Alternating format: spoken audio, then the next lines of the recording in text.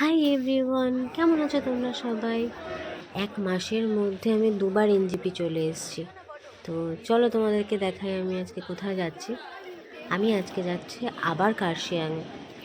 আগের বারেরটা বাবা মার সাথে গিয়েছিলাম, তো এবার যাচ্ছি আমার বান্ধবীদের সাথে। যেহেতু আমরা এবার অনেকে রয়েছি, তাই জন্য এবার আর আগের থেকে গাড়ি বুক করা হয়নি। আমরা এখন গাড়ি বুক করলাম এবং গাড়ি বুক করে আমরা কার্শিয়াংয়ে যাব। এবং আমাদের হোমস্টের নাম হচ্ছে জেনলা।